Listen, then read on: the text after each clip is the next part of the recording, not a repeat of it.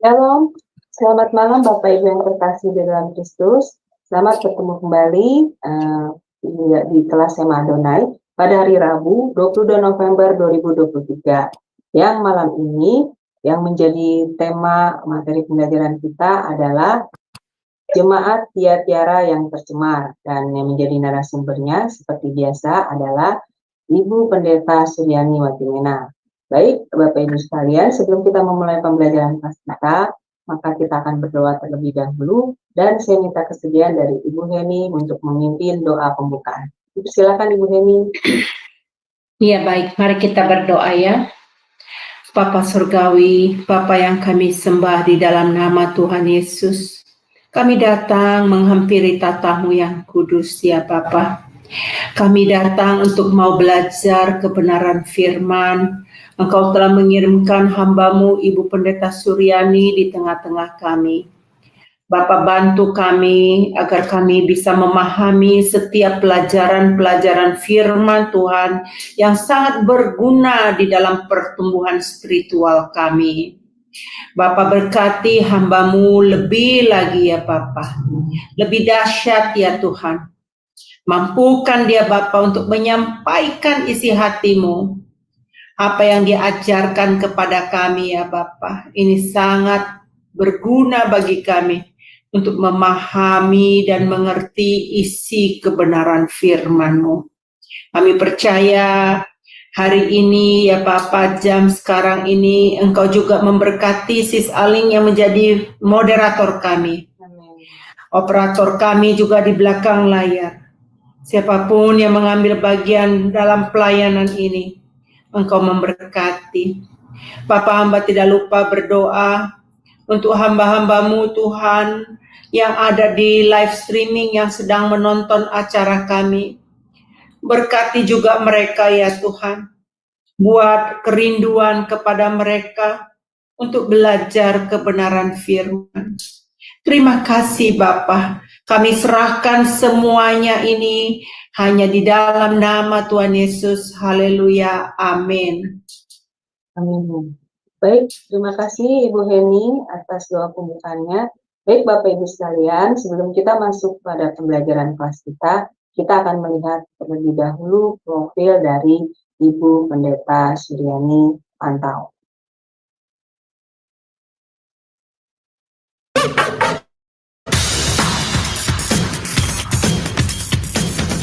Shalom semua, pada kesempatan kali ini, Sema Adonai dengan bangga memperkenalkan pengajar kita, Ibu Suryani Watimena, dan berikut adalah profil singkat dari beliau. Ibu Pendeta Dr. Suryani S. Watimena, MTH, lebih dikenal dengan nama Suryani Pantau. Lahir di Tanjung Uban, 11 Februari 1962.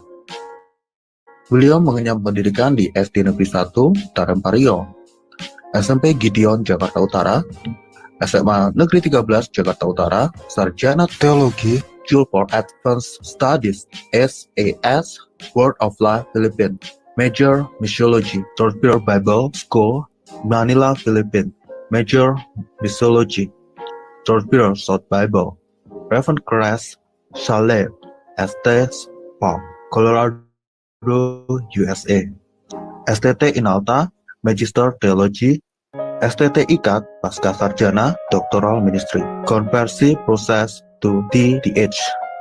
Pengalaman pelayanan, Pengurus Bendahara Pamukri Persekutuan Pemuda Indonesia, Youth for Christ, mengajar sekolah minggu, pelayanan dari COCM dan Berita Hidup, mengajar Bible Study Muda-Mudi Indonesia, Makati, Filipina, mengajar Bible Study khusus ibu-ibu diploma Kedutaan Indonesia Makati Filipina, penyiar radio Kristen FEBC, Far East Broadcasting Company International, pelayanan di Handicap Hospital Colorado, pelayanan penginjilan keliling bersama tim Ambassador Internasional sebagai penterjemah dan pengkhotbah. Ditasbis menjadi pendeta oleh Sinode Gereja Kristen Sahabat Indonesia GKSI, sekarang jadi GSI, Gereja Sahabat di Indonesia. Mengajar di STT Inalta Jakarta, mengajar di STT Duloh Cilangkap, Jakarta, Bendahara Yayasan STT Inalta,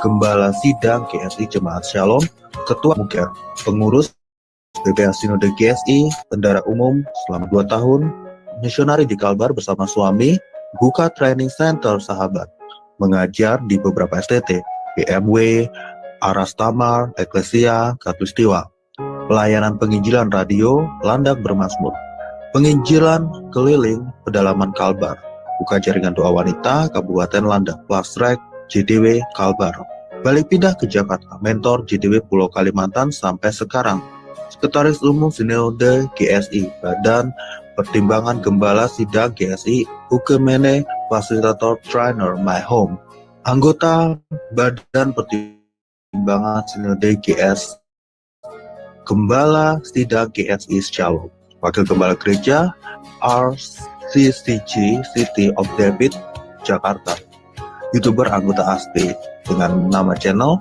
Suryani Pantau. Dari Zoom Sema Adonai terus menyuarakan pengajaran firman Tuhan yang membangun iman. Para narasumber pengajar di Zoom Sema Adonai sangat kompeten dan profesional. Kami mengundang Anda bergabung bersama kami di Zoom Sema Adonai.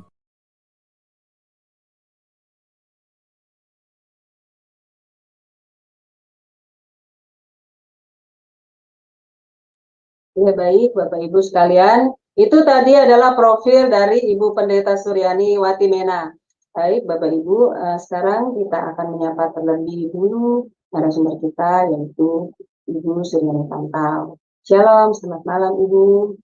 Ya, salam, selamat malam. Ya, Bagaimana kabarnya Ibu? ya, puji Sehat, Tuhan. luar biasa. Baik Ibu, saya serahkan waktu dan tempat selanjutnya kepada Ibu Suryani. Silakan. Ya, shalom, selamat malam semuanya, teman-teman di mana saja Anda berada, baik yang ada di dalam dan di luar negeri ya, di mana saja.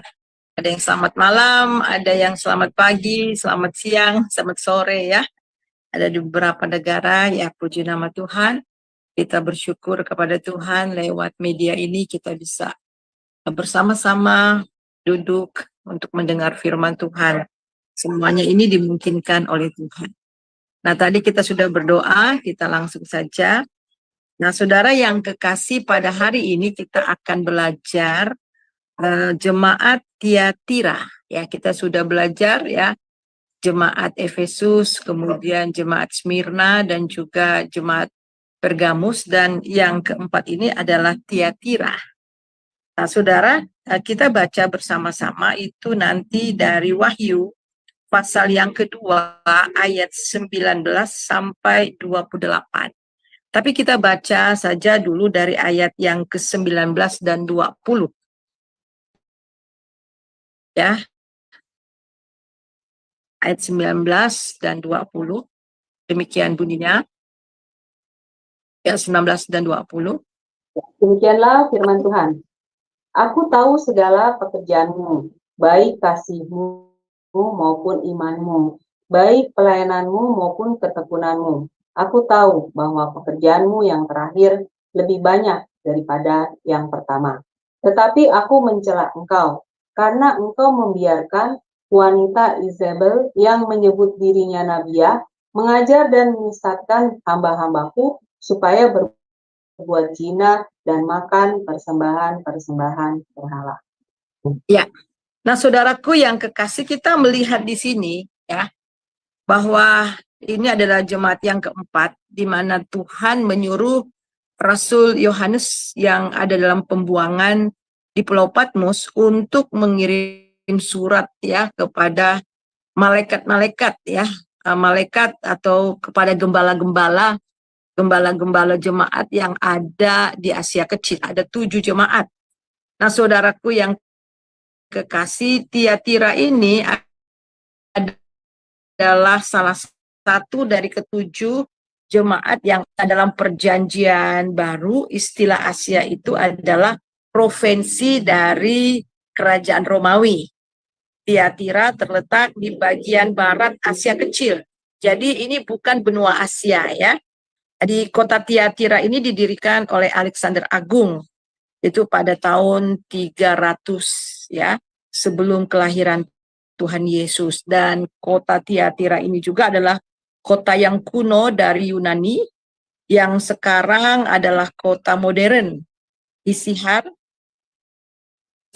ya, Akhisar, yang terletak di bagian barat Turki. Jadi saudara, kalau kita bicara soal Efesus dan semua yang kita sudah pelajari itu semua terletak di daerah Turki ya. Jadi banyak ahli teologi yang mengatakan bahwa jemaat Tiatira ini adalah masa kegelapan. Karena mereka tercemar oleh ajaran sesat. Jadi membiarkan ajaran sesat masuk ke dalam jemaat. Dan pemimpinnya tidak tegas sehingga mereka terkontaminasi dan akhirnya mereka tercemar. Nah, kemudian kita melihat juga bahwa Tiatira ini di sebelah selatan Istanbul, ke arah timur Athena yang berjarak 80 km dari Laut Tengah. Kota ini juga termasuk kota yang maju. Jadi ingat, Paulus pada waktu dia ada di Filipi, dia berjumpa dengan seorang perempuan atau wanita yang bernama Lydia. Nah, Lydia ini berasal dari Tiatira yang menjual kain ungu. Nah, karena memang di Tiatira ini terkenal dengan tenunannya dan kain woolnya. Nah, Tiatira adalah sebuah kota militer dan pusat perdagangan dengan banyak perserikatan dagang. Di mana ada perserikatan, di sana hampir selalu ada penyembahan berhala dan percabulan. Ini adalah dua musuh terbesar bagi gereja yang mula-mula. Nah, saudara, kota ini juga sangat dibanggakan oleh kuil-kuil mereka, khususnya untuk kuil dewa Apollo, yakni itulah dewa matahari. Nah, kita akan melihat itulah sebabnya mengapa Tuhan memperkenalkan dirinya sebagai anak Allah. Kita lihat di dalam ayat yang pertama bagian B. Kita lihat, ayat yang ke-18 bagian B maksud saya. 18 bagian B. Dan kita mulai ayat 13. Kita mulai dari ya. Ayat 18, silakan. Dan tuliskanlah kepada malaikat jemaat di Tiatira. Inilah firman anak Allah yang matanya bagaikan nyala api dan kakinya bagaikan tembaga. Ya, jadi kita melihat di sini Tuhan Yesus memperkenalkan dirinya sebagai firman atau anak Allah yang matanya bagaikan nyala dan kakinya bagaikan tembaga. Nah, sebutan anak Allah ini adalah, kita tahu kalau Tuhan Yesus disebut anak Allah, itu dia berasal dari Allah. Nah, ada orang di luar sana mengatakan, buktikan kalau Yesus itu mengatakan bahwa dia Tuhan, sembahlah aku. Nah, saudara, kita tahu bahwa Yesus ini adalah orang Yahudi. Dia orang Yahudi, jadi cara dia memperkenalkan dirinya siapa dia juga harus berdasarkan konsep orang Yahudi. Nah, ketika orang Yahudi mendengar bahwa dia katakan bahwa dia itu anak Allah, itu artinya orang Yahudi tahu bahwa dia itu Allah. Sebab itulah kita melihat bagaimana orang-orang Farisi pada saat itu ketika dia katakan bahwa dia anak Allah, mereka mau melempar Tuhan Yesus dengan batu. Karena beranggapan bahwa Tuhan Yesus telah menghujat Allah, menyamakan dirinya dengan Allah. Jadi ketika dia katakan anak Allah, itu berarti dia berasal dari Allah dan dia Allah. Dia Tuhan. Ini konsep cara berpikir orang Yahudi. Jadi kalau ada orang bilang, ayo bilang bahwa cari Yesus katakan akulah Tuhan, sembahlah aku. Ya caranya tidak seperti itu, tapi cara yang betul-betul dengan konsep secara orang Yahudi. Jadi orang Yahudi dan orang-orang pada zaman dahulu kita lihat di sini, mereka tahu betul ya, mereka paham betul apa yang dikatakan oleh Tuhan Yesus. Beberapa waktu yang lalu juga saya sudah terangkan, Tuhan Yesus katakan akulah dia. Mereka tahu bahwa itu yang dimaksudkan itu adalah Yahweh. Nah, jadi saudara, ketika dia katakan inilah firman anak Allah, itu berarti firman dari Allah itu sendiri. Yang matanya bagaikan nyala api. Dan kakinya bagaikan tembaga. Ini adalah sebutan Tuhan Yesus sebagai anak Allah. Yang juga adalah firman yang telah menjadi manusia. Yang matanya bagaikan nyala api dan kakinya bagaikan tembaga. Ini merupakan peringatan keras akan penghakiman pada jemaat ini. Yang menjelaskan mata bagaikan nyala api dan kakinya bagaikan tembaga. Nah, kemudian kita melihat di sini, ini juga sebutan lain bagi Tuhan Yesus. Kita baca itu di dalam Wahyu 1 ayat 14 sampai 15. Wahyu 1 ayat 14 sampai 15. Wahyu 1 ayat 14 sampai dengan 15. Demikianlah firman Tuhan. Kepala dan rambutnya putih bagaikan bulu yang putih metah, dan matanya bagaikan nyala api, dan kakinya mengkilap bagaikan tembaga membara di dalam perapian. Suaranya bagaikan desau air bah. Jadi dalam ayat ini kita melihat bagaimana Tuhan Yesus itu digambarkan, ya. Digambarkan yang luar biasa dahsyat, yang matanya bagaikan nyala api, ya. Kemudian kakinya bagaikan tembaga, perapian, suaranya bagaikan desau air bah. Ini menunjukkan akan kedahsyatan Tuhan. Nah, kemudian kita melihat di dalam ayat yang ke-19. Kita kembali lihat ayat 19.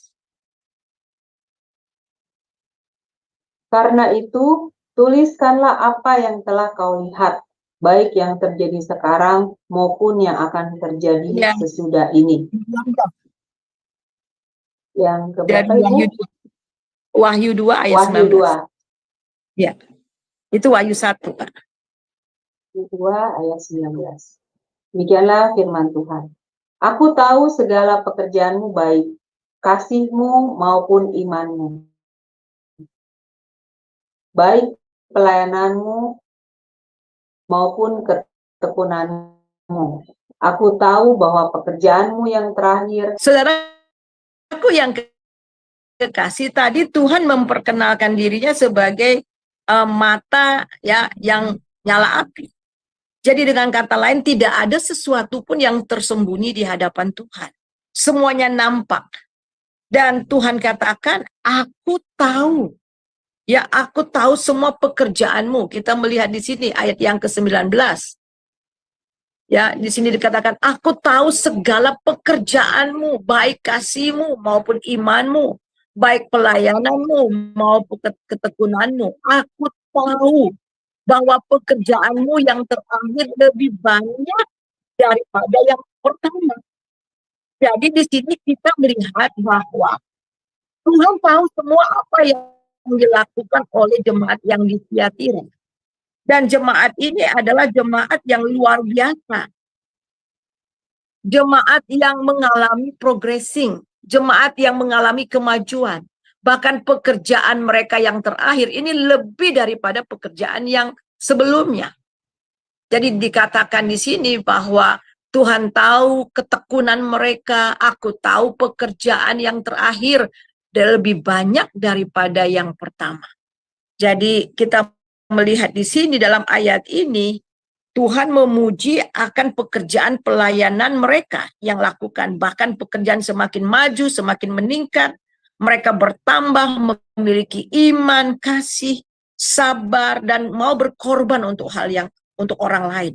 Jadi gereja Tiatira ini tidak bersalah di dalam melakukan aktivitas keagamaan dan pelayanan mereka. Tetapi sayang sekali kita melihat di dalam ayat, kita lihat di dalam ayat yang ke-20. Silakan Ibu. Ayat yang ke-20. Ya, tetapi aku mencela engkau, karena engkau membiarkan wanita Izebel yang menyebut dirinya nabiah, mengajar dan menyesatkan hamba-hambaku, supaya berbuat zina dan makan persembahan-persembahan berhala. Nah, ini sayang sekali saudara. Pelayanan mereka bagus sekali, kasih mereka bagus sekali. Pengorbanan mereka terhadap orang lain itu bagus sekali. Dan mereka rajin, mereka tekun di dalam pekerjaan Tuhan. Sehingga pekerjaan mereka berkembang, mungkin jemaatnya maju, jemaatnya bertambah. Mereka bertambah bukan hanya kuantitas, tapi kualitas mereka betul-betul luar biasa, saudara. Tapi sayang, Tuhan menemukan banyak yang harus dibereskan. Dan harus diberi hukuman. Betapapun banyak pelayanan yang mereka lakukan dan pekerjaan mereka yang mereka lakukan dalam pengorbanan mereka terhadap orang lain. Tetapi satu hal yang perlu diketahui, bahwa semua pekerjaan yang baik itu, kelihatannya luar biasa itu, dan Tuhan memuji itu, akan tetapi tidak dapat menutupi toleransi mereka terhadap kejahatan. Jadi kita lihat di sini, saudara, kita tidak dapat menggantikan ketaatan kita, ya, kesungguhan kita mengiringi Tuhan dengan berbagai-bagai menutupi kejahatan kita, kemudian kompromi kita terhadap dosa, permain-mainan kita dengan dosa, kita bisa tutupi dengan semua pekerjaan yang kelihatannya luar biasa. Tidak bisa, dan itu tidak bisa digantikan. Jadi walaupun Tuhan memuji akan pekerjaan pelayanan yang dilakukan oleh jemaat Tiatira ini, tetapi kejahatan mereka adalah dengan membiarkan seorang nabiah palsu mempengaruhi orang banyak dan membawa mereka pada sikap kompromi sehingga mereka tercemar dengan ajaran sesat. Jadi saudara, kita melihat mereka di sini, gembala yang ada di sana tidak tegas. Gembala tidak tegas, para pemimpin-pemimpin yang ada di sana tidak tegas. Dan mereka mulai toleransi dengan ajaran dan membiarkan seorang nabiah datang dan menyelusup ke jemaat itu dan mulai mengajarkan yang sesat. Di dalam ayat 20 saya bacakan sekali lagi, tetapi aku mencela engkau karena engkau membiarkan wanita Isabel yang menyebut dirinya nabiah mengajar, menyesatkan hamba-hambaku untuk berbuat zina dan makan persembahan berhala. Jadi saudara, di lain pihak mereka rajin, tetapi mereka toleransi kepada orang-orang yang seperti ini. Sehingga akhirnya menyesatkan banyak orang dan mereka mulai berbuat zina secara rohani dan memakan persembahan yang diberikan kepada berhala. Nah, nama asli nabiah ini bukan Isabel, tapi ini adalah simbol. Ingat bagaimana dalam satu Raja-Raja 16 ayat 19 kita baca bagaimana Raja Ahab menikah dengan Isabel dan yang kemudian membawa rakyat juga menyembah berhala. Ya, nah kita melihat ini adalah seorang ratu yang menyembah berhala, yang membujuk Israel untuk menyembah berhala Baal dalam upacara keagamaan mereka. Sehingga mereka mencampur ya agama mereka, penyembahan berhala, agama pagan itu, dengan ritual-ritual daripada bangsa Israel. Jadi ajaran Isabel ini telah memikat sebagian jemaat. Sama seperti yang kita sudah pelajari minggu lalu di Pergamus, yaitu ajaran Biliam yang dikutuk Tuhan. Nah, kita melihat di sini, saudara, ia mengajarkan orang-orang percaya untuk berkompromi dengan agama Romawi dan melakukan praktek-praktek perserikatan dan agar mereka atau orang Kristen tidak kehilangan pekerjaan dan nyawa mereka. Jadi satu, mereka mau aman. Jadi mau aman dan akhirnya mereka kompromi. Dan akhirnya mereka tercemar. Ada istilah apa ya? Setitik nila menghamirkan satu belanga susu gitu ya. Jadi sudah menghancurkan, mencemarkan semua jemaat. Jadi dari jemaat yang kita telah pelajari, Efesus dibandingkan dengan Tiatira, gereja Efesus menjadi lemah dalam kasihnya. tetapi setia dalam menghakimi guru-guru. Mereka adalah orang-orang yang teologi luar biasa. Ya, mereka dapat membuktikan bahwa guru-guru palsu itu adalah guru-guru palsu. Tetapi mereka kehilangan kasih. Dan kita lihat di sini jemaat Tiatira, mereka tumbuh dalam kasih. Tetapi mereka terlalu toleran dan membiarkan ajaran sesat masuk ke jemaat. Jadi kasih itu bukan kompromi, saudara. Wah, kita kasih. Kita ini kasih. Jadi kita menerima semua orang tanpa ada penyakit. Oh iya, kita kasih, nggak apa-apa, boleh masuk. Ya boleh ajar, silahkan. Ini kebablasan. Firman Tuhan mengatakan kasih di dalam kebenaran. Hendaklah kita mengasihi di dalam, bukan hanya dalam perkataan, tapi dalam perbuatan dan di dalam kebenaran. Jadi kasih itu bukan berarti kebablasan. Bukan berarti karena kita kasih, kita harus menerima semua orang, dan kemudian akhirnya kita terima apa saja. Nah, ini yang terjadi di jemaat Tiatira. Dengan membiarkan dan toleransi, dan akhirnya jemaat tercemar. Nah, kedua ekstrim ini harus dihindari dalam gereja. Ada orang kerja-kerja, lakukan yang terbaik, akhirnya fokus pekerjaan pelayanan, hilang hubungan dengan Tuhan. Hilang kasih dengan Tuhan. Kita kasih, kita mengasihi, kita harus terima semua orang. Ya, harus toleransi. Ya, kita sebagai umat manusia, kita harus toleransi. Dan akhirnya kita toleransi. Dan akhirnya tercemar, saudara. Tidak tegas. Jadi bukan kasih yang seperti itu. Jadi berpegang kepada kebenaran di dalam kasih adalah keseimbangan.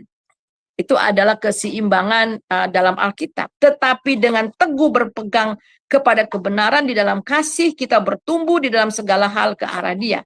Kristus yang adalah kepala. Itu dalam Efesus 4 ayat yang ke-15. Jadi kita harus berpegang teguh dalam kebenaran dan di dalam kasih. Jadi kasih di dalam kebenaran. Nah, kemudian kita lihat di sini, ada juga orang yang sikap fanatik tanpa kasih. Kemudian ada yang kompromi dengan kasih. Itu keduanya dibenci oleh Tuhan. Nah, dalam ayat 20 ternyata di jemaat Tiatira bukan hanya tercemar oleh ajaran sesat yang dilakukan oleh mereka, tetapi mereka terlibat di dalam kejahatan. Terlibat dalam kejahatan yang dilakukan orang-orang Tiatira pada saat itu. Nah, kita dalam praktek-praktek penyembahan berhala. Jadi rupanya mereka tergeser pelan-pelan, akhirnya mereka terjebak di situ. Mereka melakukan praktek-praktek yang dilakukan, praktek-praktek penyembahan berhala, dan itu juga mereka lakukan.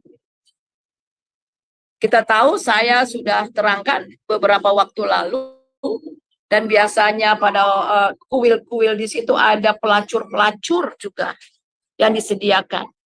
Ketika mereka menyembah, ya salah satu ritualnya itu adalah penyembahan dalam seksual. Dan itu juga mereka lakukan. Kemudian memakan persembahan-persembahan berhala. Oleh sebab itu Tuhan katakan bahwa mereka berzina secara rohani. Bukan hanya rohani tetapi juga secara jasmani. Jadi mata Tuhan bagaikan nyala api. Dapat menyelidik pikiran dan motif mereka. Matanya tajam dan tak ada satupun yang dapat disembunyikan di hadapannya. Dan Tuhan tidak akan pernah salah dan keliru di dalam melihat mereka. Nah, kita melihat lagi di dalam ayat 21. Ayat 21 silakan Bu. Wahyu 2 ayat 21. Dan aku telah memberikan dia waktu untuk bertobat, tetapi ia tidak mau bertobat dari zinahnya. Wah, ini luar biasa. Allah yang kita sembah di dalam Tuhan Yesus itu adalah Allah yang maha pengasih, maha murah hati. Dan dia katakan, aku telah memberikan dia waktu untuk bertobat. Jadi diberi kesempatan untuk bertobat dari jinah mereka. Mereka telah jatuh begitu dalam perjinahan rohani. Dalam kejahatan orang-orang pagan pada saat itu. Namun Tuhan masih memberikan kesempatan mereka untuk bertobat. Tetapi ternyata saudara, mereka telah tercemar begitu dalam dengan ajaran sesat. Dan mereka telah tertipu. Dan ini adalah peringatan keras buat setiap hamba-hamba Tuhan, saudara. Agar jangan pernah toleransi, kompromi dengan ajaran sesat. Karena itu bagaikan jerat dikit demi dikit, maka akhirnya kita terbelenggu. Mari coba kita baca 2 Petrus 2 ayat 1 sampai 3. 2 Petrus 2 ayat 3. 1 ayat sampai 3.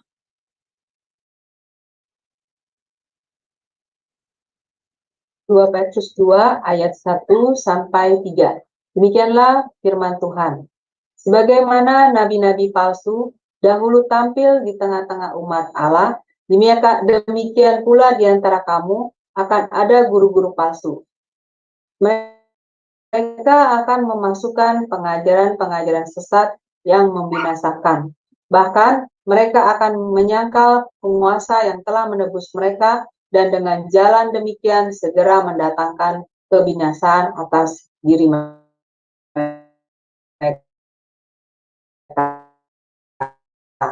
Banyak orang akan mengikuti cara hidup mereka yang akan dihujat. Dan karena serakahnya guru-guru palsu itu akan berusaha mencari untung dari kamu dengan cerita-cerita jempol mereka. Tetapi untuk perbuatan mereka itu, hukuman telah lama tersedia dan kebinasaan tidak akan datang. Ya, jadi kita lihat di sini, saudara. Mungkin tidak seradikal ya kelihatannya. Ada yang betul-betul menyenangkan telinga. Menyenangkan telinga, dan kita lihat di sini, saudara, pada zaman akhir ini orang itu sulit untuk mendengar pengajaran. Pengajaran yang keras, susah. Yang penting jemaatnya banyak. Dan mungkin ini juga yang terjadi di Tiatira. Jemaatnya banyak, yang penting jemaatnya banyak. Jangan terlalu mengajar yang keras-keras. Nanti jemaatnya lari. Dan akhirnya kompromi, saudara. Kompromi. Saya ingat beberapa tahun yang lalu, sudah lama, sudah puluhan tahun yang lalu. Saya pergi ke satu daerah. Saya pergi ke satu daerah dan kemudian saya membawa tim dari beberapa negara. Orang Asia dari beberapa negara. Kebetulan saya penterjemah. Saya bantu menerjemahkan, kadang saya khotbah, kadang saya menerjemahkan juga. Jadi kami masuk ke dalam satu ibadah. Ini ibadah fellowship, semua wanita, tapi eksekutif, wanita pengusaha eksekutif. Saudara, sebelum dimulai ada satu ibu. Ada satu ibu deketin saya bilang gini, Ibu Pendeta, tolong ya bilang sama pengkhotbah, jangan singgung-singgung dosa. Nanti mereka tersinggung, katanya. Jangan singgung-singgung soal dosa, jangan terlalu keras khotbahnya mengenai dosa. Nanti mereka tersinggung. Kalau udah tersinggung, nanti mereka nggak pada datang. Saya diam aja. Saya enggak bilang iya dan tidak bilang tidak. Dan saya juga tidak sampaikan kepada si pengkhotbah. Saya bilang Tuhan Roh Kudus yang beracara. Dan ternyata saudara, khotbahnya itu adalah mengenai dosa dibahas luar biasa dan harus ada pertobatan. Jadi saudara, ini salah satu yang tidak singgung dosa itu adalah penyesatan. Justru firman Tuhan itu untuk membongkar dosa. Supaya orang datang bertobat. Mungkin di sini tidak seperti ekstrim yang ngajar sesat. Tetapi pelan-pelan saudara. Tergeser dari nilai-nilai kerajaan surga. Tergeser dari kebenaran firman Tuhan. Dan akhirnya kita lihat di sini isapan jempol. Orang-orang senang dengan hal-hal yang indah-indah. Hal-hal yang berkat. Bukan berkat tidak ada, pasti. Saya percaya berkat itu adalah bonus. Ya, tapi orang harus lakukan itu. Supaya apa? Kamu akan mendapat berkat yang berkelimpahan. Dan kemudian pada waktu bisnisnya bangkrut, dia tinggalkan Tuhan. Katanya berkat, buktinya susah. Nah, itu salah satu ajaran-ajaran juga sesat. Jadi hati-hati. Hati-hati untuk pengajaran-pengajaran sehingga ikut Tuhan juga, melayani Tuhan juga, beribadah Tuhan juga, tetapi hatinya sudah tidak lagi cenderung kepada Tuhan, tetapi sudah ke yang lain. Dan akhirnya ini tergeser, dan akhirnya kita tanpa sadar jemaat kita, orang-orang ini sudah jauh dari Tuhan. Beribadah di gereja, tetapi hatinya tidak lagi kepada Tuhan, sudah kepada dunia. Nah, ini harus hati-hati. Dan inilah yang sering terjadi. Jadi, saudara, kenapa ketujuh jemaat ini masih up to date? Karena ini sudah 2000 tahun yang lalu. Tetapi kenapa masih tertulis dalam Alkitab? Karena ini juga menggambarkan situasi gereja pada zaman akhir ini. Ya, pada zaman akhir ini. Dan mari kita melihat lagi di dalam ayat yang berikutnya. Jadi inilah yang kita lihat satu bahaya yang besar sekali, apalagi di zaman sekarang ini. Jadi saya ingin kita lihat lagi di dalam ayat yang pertama, sebagaimana ayat di 2 Petrus 2 ayat 1 dan 3, sebagaimana nabi-nabi palsu, ya, nabi-nabi palsu tampil di tengah-tengah umat Allah. Perhatikan, tampil di tengah-tengah umat Allah. Kelihatannya bisa rohani, saudara. Kelihatannya bisa wow, memukau ajarannya, tetapi tidak berfokus, tidak bersentral kepada Kristus, tapi kedagingan. Demikian pula atau ke daging atau kepada human, ya, kepada sentral, kepada kemanusiaan. Ya, kemanusiaan semua kelihatannya baik dan sebagainya, saudara. Ini hati-hati. Dan ada guru-guru palsu, mereka akan memasukkan pengajaran-pengajaran sesat yang membinasakan. Enggak apa-apa kita bikin dosa, yang penting kasih perpuluhan. Yang penting kita rajin. Tuhan Yesus itu kan orangnya, Tuhan Yesus itu kan orang maha kasih, dia Tuhan yang maha kasih. Enggak apa-apa kita bikin dosa, dia mengerti. Kita manusia kok. Jadi akhirnya saudara, kehidupan itu betul-betul satu di dunia, satu ikut Tuhan, nggak bisa. Dan ini sudah banyak terjadi dan sudah ada di tengah-tengah dunia yang semakin jahat. Dan kita lihat di sini yang menyangkal penguasa yang telah menebus mereka dan dengan jalan demikian segera mendatangkan kebinasaan atas diri mereka. Banyak orang yang mengikuti cara hidup mereka. Perhatikan, cara hidup mereka. Hawa nafsu. Karena mereka hawa nafsu dan karena mereka jalan kebenaran akan dihujat. Dan ini kita sudah lihat dan akhirnya mengikuti cara hidup dunia. Dan apalagi kita melihat bagaimana sekarang LGBT pada beberapa negara mereka menikahkan dan menganggap wah ini kan manusia, mereka punya apa, berbalik disembunyi di balik kemanusiaan. Manusia mempunyai hak, manusia mempunyai pilihan. Kelihatannya baik, tetapi ini semuanya dusta daripada iblis. Nah, inilah yang terjadi, saudara, di dunia sekarang ini. Jadi Tuhan memperingati untuk tidak toleransi dan tercemar terhadap ajaran sesat dan juga kejahatan. Kita melihat Isabel dan para pengikutnya akan dihukum dalam kesukaran yang besar dan kematian. Baca di ayat 22, Ibu, kembali kepada Wahyu. Kembali kepada Wahyu pasal yang kedua ayat 22. Wahyu 2 ayat 22. Demikianlah firman Tuhan. Lihatlah, aku akan melemparkan dia ke atas ranjang orang sakit, dan mereka yang berbuat zina dengan dia, jika mereka tidak bertobat dari perbuatan-perbuatan perempuan itu. Ya. Jadi saudara, Tuhan telah memberikan kesempatan untuk mereka bertobat. Dan kita melihat di sini, aku akan melemparkan dia ke atas ranjang orang sakit. Mereka dan berbuat zina, dan mereka berbuat zina.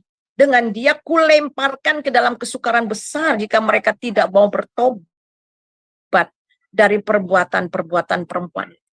Jadi saudara, Tuhan masih menunggu untuk mereka bertobat. Dan Tuhan akan membuang ke atas ranjang sakit. Dan kemudian dilemparkan ke dalam kesukaran besar. Nah, kesukaran besar ini berbicara nanti.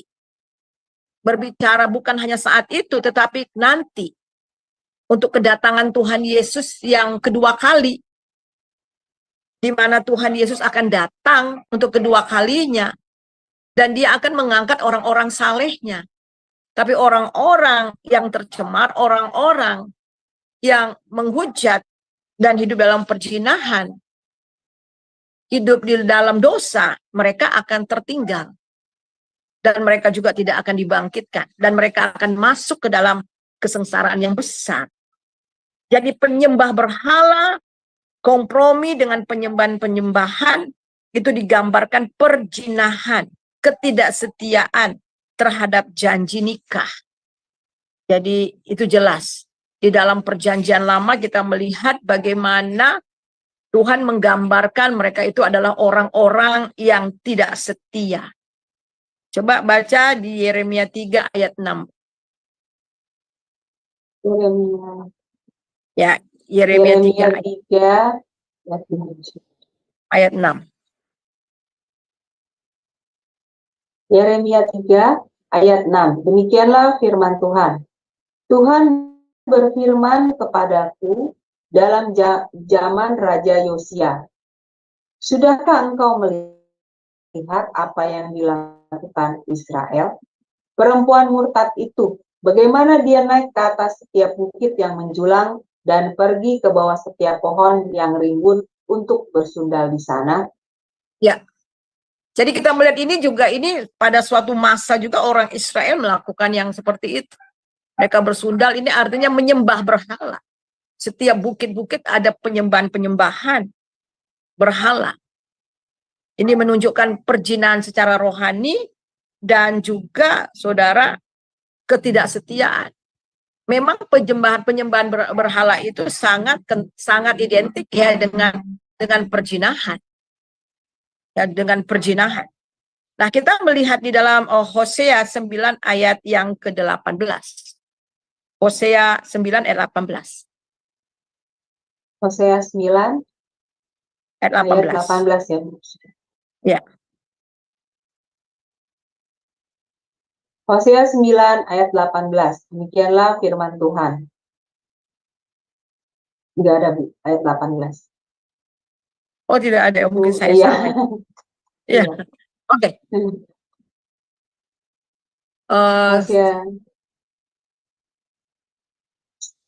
Hosea 9 ayat 8 mungkin ya. Hosea 9 ayat 8. Demikianlah firman Tuhan.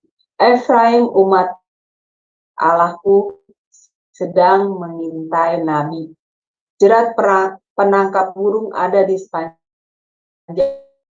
ini. Kemudian ayat yang di bawahnya.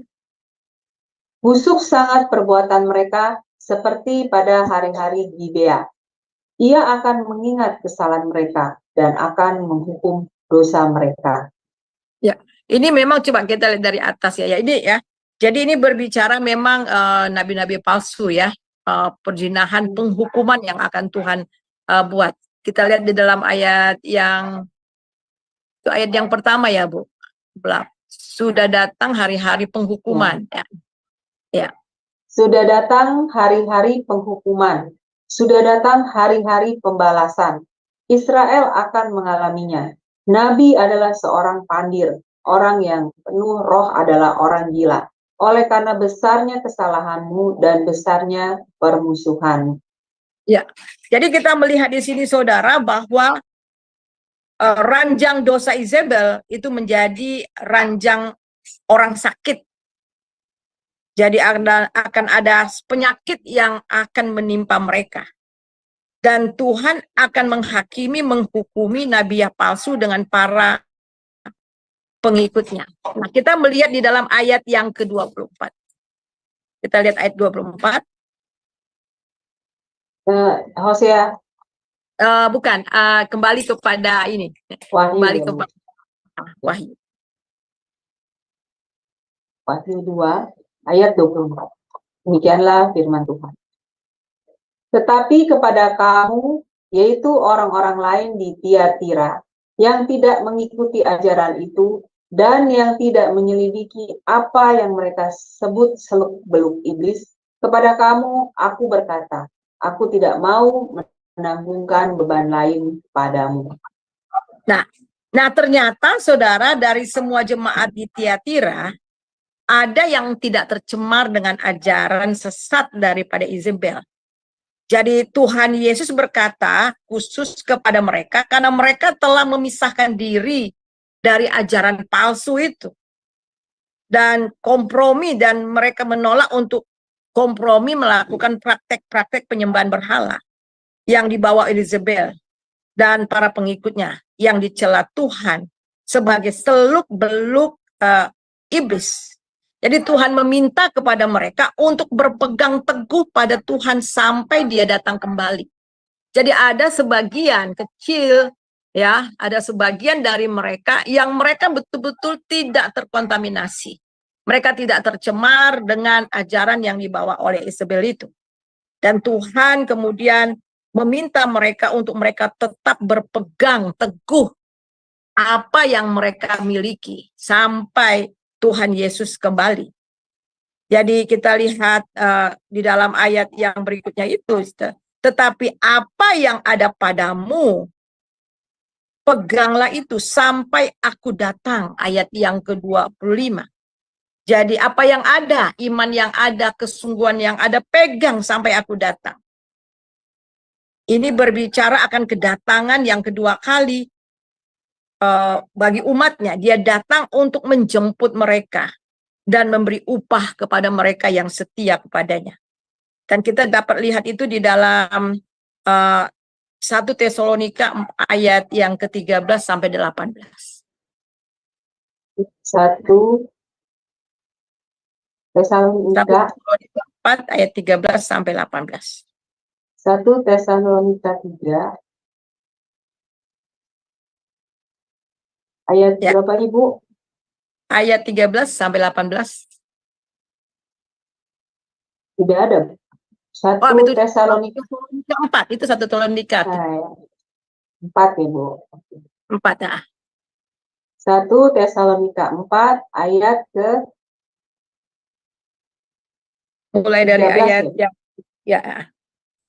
Selanjutnya kami tidak mau saudara-saudara bahwa kamu tidak mengetahui tentang mereka yang meninggal, supaya kamu jangan berduka cita seperti orang-orang lain yang tidak mempunyai pengharapan. Karena jikalau kita percaya bahwa Yesus telah mati dan telah bangkit, maka kita percaya juga bahwa mereka yang telah meninggal dalam Yesus akan dikumpulkan Allah bersama-sama dengan Dia. Ini kami katakan kepadamu dengan firman Tuhan. Kita yang hidup, yang masih tinggal sampai kedatangan Tuhan, sekali-kali tidak akan mendahului mereka yang telah meninggal. Sebab pada waktu tanda diberi, yaitu pada waktu penghulu malaikat berseru dan sangkakala Allah berbunyi, maka Tuhan sendiri akan turun dari surga dan mereka yang mati dalam Kristus akan lebih dahulu bangkit. Sesudah itu, kita yang hidup, yang masih tinggal, akan diangkat bersama-sama dengan mereka dalam awan menyongsong Tuhan di angkasa. Demikianlah kita akan selama-lamanya bersama-sama dengan Tuhan. Karena itu hiburkanlah seorang akan yang lain dengan perkataan-perkataan ini. Amin. Ya. Jadi di sini Tuhan Yesus katakan bahwa tetapi apa yang ada padamu, ya peganglah itu sampai aku datang. Jadi kapan Tuhan Yesus datang? Ini datang yang pertama di atas awan-awan. Kita lihat sampai dia datang, kedatangannya. Jadi kita lihat apakah mereka sudah meninggal atau kita yang masih hidup sampai saat ini. Kita harus berpegang sampai Tuhan Yesus datang. Dan apa janji Tuhan? Orang yang berpegang sampai dia datang, saudara. Kita lihat di sini, kalau yang sudah mati, dia akan dibangkitkan dengan tubuh yang mulia dan dia akan diangkat bersama dengan Tuhan. Tetapi bagi mereka yang masih hidup, kita lihat umpamanya kita, yang sungguh-sungguh dalam Tuhan, kita juga akan diubah dengan tubuh yang mulia dan akan diangkat bersama-sama dengan Tuhan. Tetapi bagi mereka yang tidak percaya, mereka akan mengalami kesengsaraan besar. Jadi ini maksudnya kita harus pegang sampai dia datang. Dan kita melihat juga di dalam, mari kita melihat di dalam Wahyu 1 ayat yang ke-7. Wahyu 1 ayat 7. Ayat yang ke-7. Demikianlah firman Tuhan.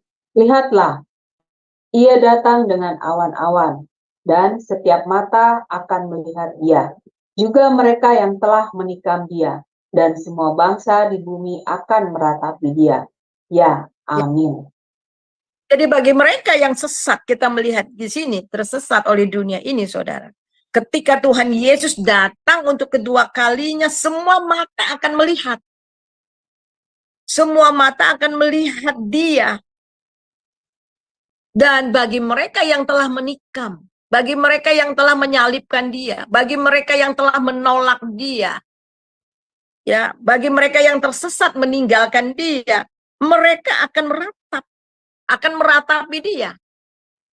Jadi akan ada ratapan penyesalan yang sangat luar biasa. Tetapi semuanya itu sudah terlambat. Oleh sebab itu Tuhan katakan, bertobat. Ya, Tuhan kasih kesempatan untuk mereka bertobat.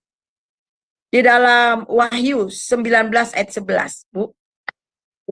Wahyu 19 ayat 11. Demikianlah firman Tuhan.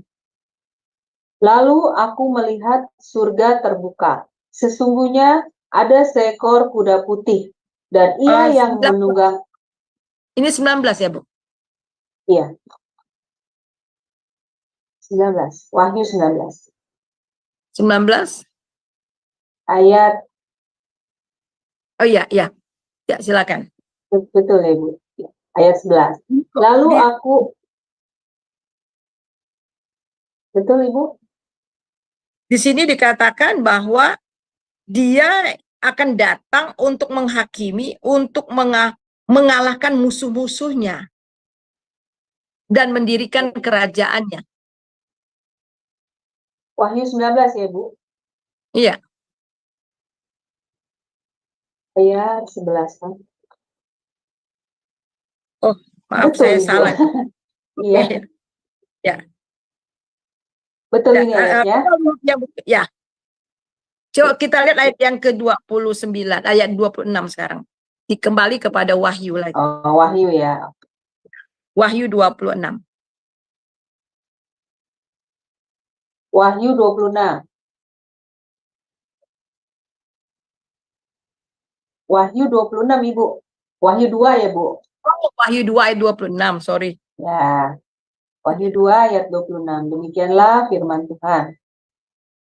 Dan barang siapa menang dan melakukan pekerjaanku sampai kesudahannya, kepadanya akan bangsa-bangsa. Amin. Ya.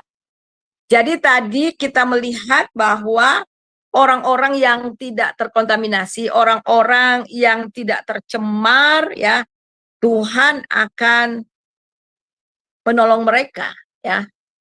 Dan kita melihat janji Tuhan, dan barang siapa menang melakukan pekerjaanku sampai kesudahannya, kepadanya akan kukaruniakan kuasa atas bangsa-bangsa. Jadi orang yang menang adalah orang-orang yang tidak tercemar dan tidak terkontaminasi dengan ajaran sesat, setia pada Kristus sampai akhir.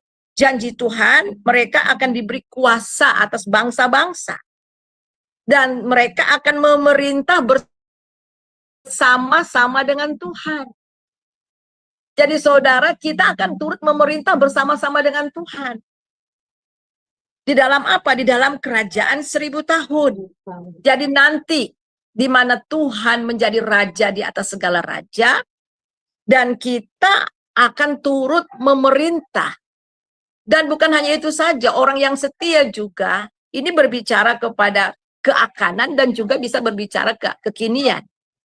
Dan orang yang sungguh-sungguh berpegang kepada firman Tuhan, pada janji Tuhan, kepada Tuhan. Tuhan juga akan mengangkat mereka, Tuhan juga akan memakai mereka. Menjadi berkat bagi bangsa-bangsa.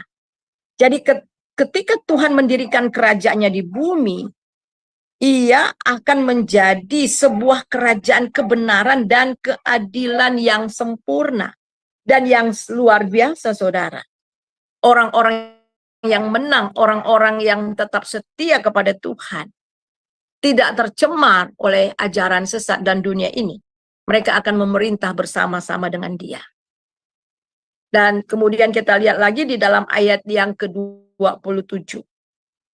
Dan ia akan memerintah mereka dengan tongkat besi. Mereka akan diremukkan seperti tembikar tukang periuk, sama seperti yang kuterima dari Bapakku. Ya. Dan kemudian kita lihat lagi di dalam ayat 28.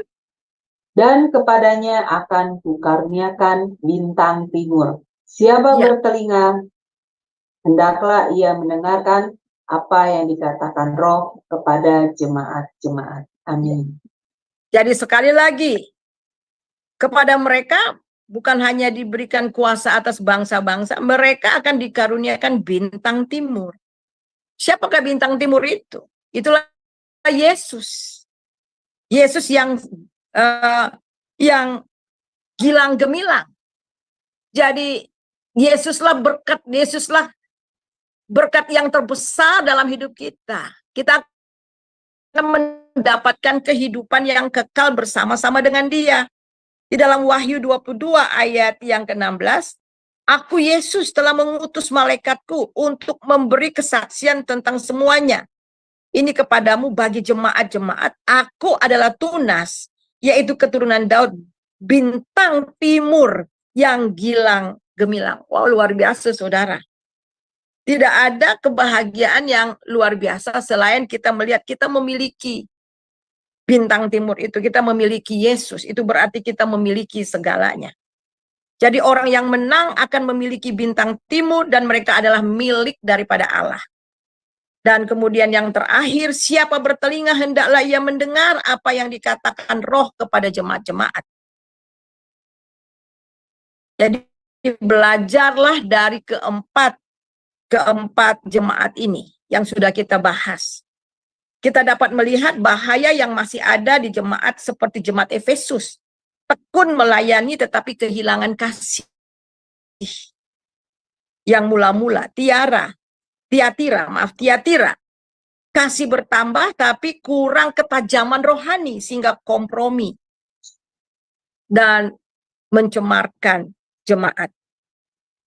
Jadi seperti Pergamus dan Tiatira, begitu toleran dengan ajaran sesat sehingga mendukacitakan Tuhan dan mendatangkan penghakiman.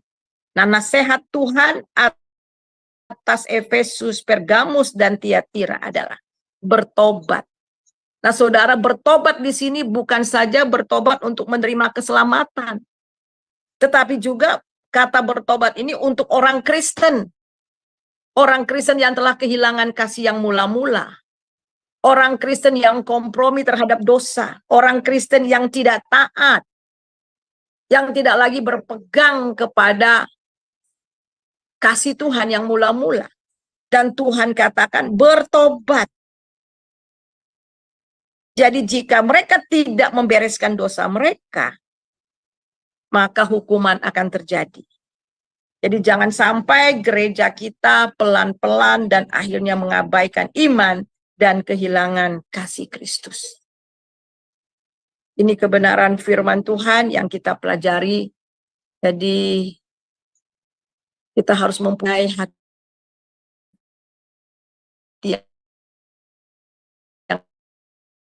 yang tajam. Hati yang tajam, kepekaan. Kita minta layani orang yang kita layani, kemudian tercemar oleh ajaran-ajaran sesat. Dan kita juga tidak sembarangan, memanggil orang.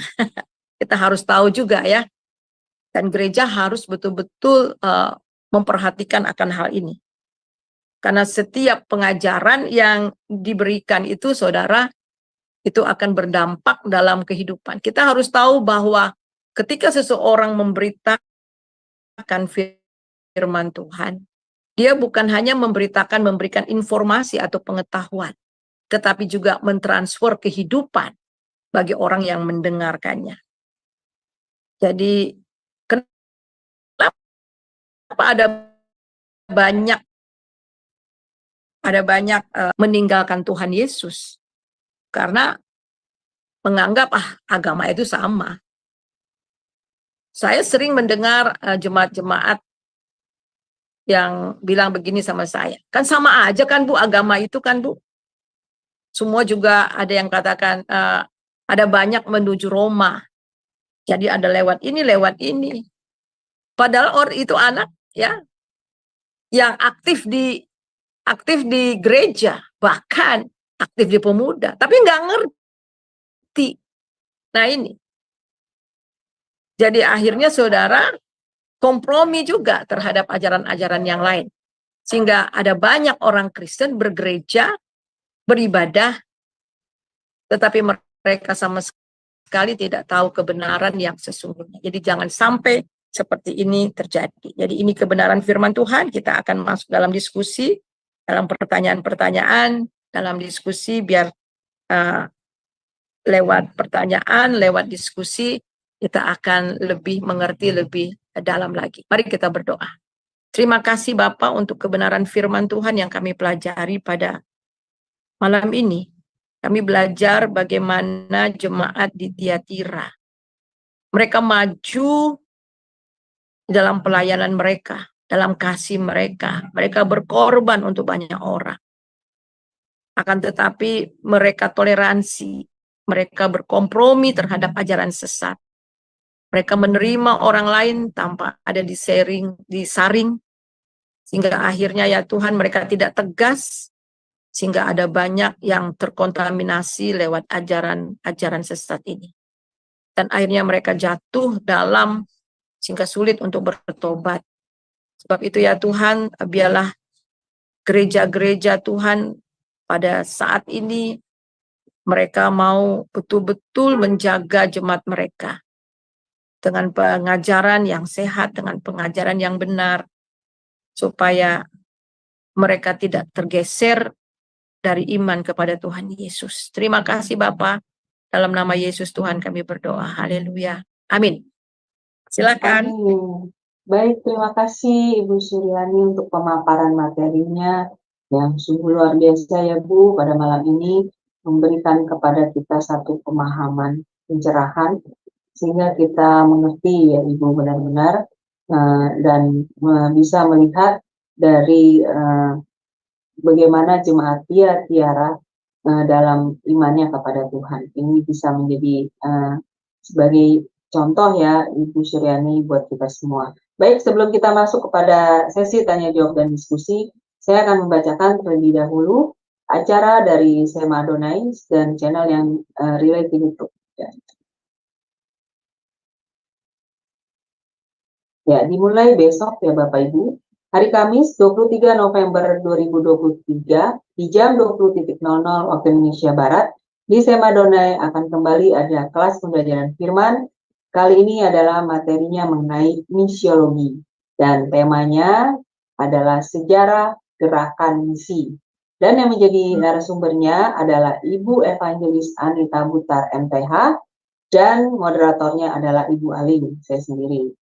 Kemudian di hari Jumat, 22 November 2023, di jam 19.00 waktu Indonesia Barat, di Sema Adonai akan ada materi pelajaran Kristologi yang sudah masuk seri ke-13 ya Bapak Ibu. Ini adalah pelajaran yang berlanjut terus ya. Dan temanya kali ini adalah pekerjaan Yesus masa kini. Dan seperti biasa, yang menjadi narasumbernya adalah Pak Pendeta Daniel Palungan, dan moderatornya adalah Ibu Aling. Selanjutnya di hari yang sama, di hari Jumat, di jam 21.00 waktu Indonesia Barat, di Sema Adonai masih ada kelas pembelajaran firman terakhir. Dan kali ini materinya adalah mengenai pelajaran sejarah penebusan. Dan ini temanya kali ini adalah celaka yang menimpa Raja Saul dan keturunannya. Dan yang menjadi narasumbernya seperti biasa, Pak Pendeta Yudi Lengkong, dan moderatornya adalah Ibu Yeni. Selanjutnya di hari Sabtu, 25 November 2023, di jam 19.00 waktu Indonesia Barat, di Sema Adonai akan kembali ada kelas pembelajaran firman dengan tema menuju tempat berkat yang Tuhan sediakan. Ini diambil dari Nats Kejadian 12 ayat 1 sampai 2. Dan yang menjadi narasumbernya adalah Pak Pendeta Bram Manaha, dan moderatornya adalah Bro Agus.